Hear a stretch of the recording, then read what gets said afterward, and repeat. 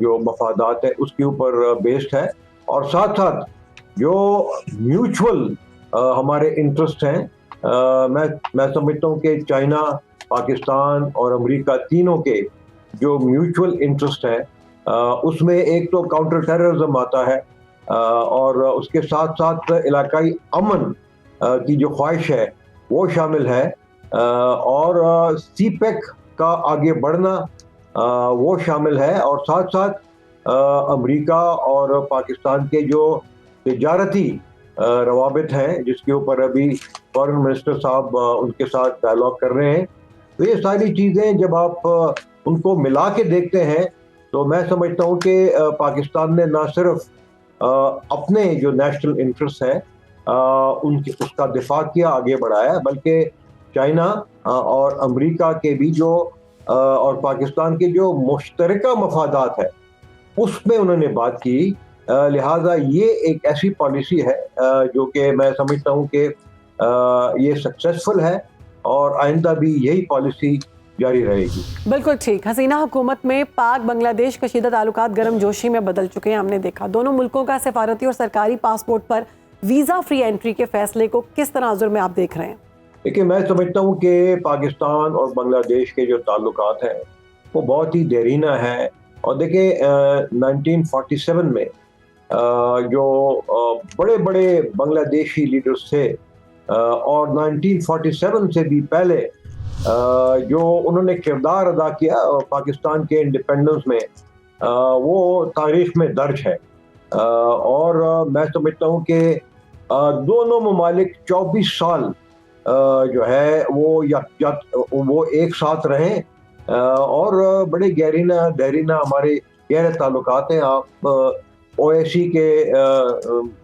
کے ممبرز ہیں دونوں ممالک، سارک کے فاؤنڈنگ ممبرز ہیں پاکستان اور بنگلہ دیش، اور کامن ویلتھ کے بھی ممبر ہیں، تو یہ جو ابھی رپروشما ہوا ہے پاکستان اور بنگلہ دیش کے ریلیشن شپ میں، اس سے دونوں ممالک کو بہت فائدہ ہوگا، ان کی سیکیورٹی بڑھے گی، معیشت دونوں ممالک کی بڑھے گی، اور میں سمجھتا ہوں کہ جو ویزا کو ویو کیا گیا ہے فار آفیشیل اور جو ڈپلومیٹک پاسپورٹس کا ہے، میں سمجھتا ہوں نیکسٹ سٹیج میں جو تجارت کے لیے بھی اس کو ویو کیا جا سکتا ہے، اور پیپل ٹو پیپل کانٹیکٹ کے لیے بھی اس کو مزید بہتر کیا جا سکتا ہے، اور دیکھیں پاکستان کے جو ملٹری ٹو ملٹری کوآپریشن ہے بنگلہ دیش کے ساتھ، وہ ابھی مزید بہتر ہوں گے، اور جو ابھی جو ایکسپورٹ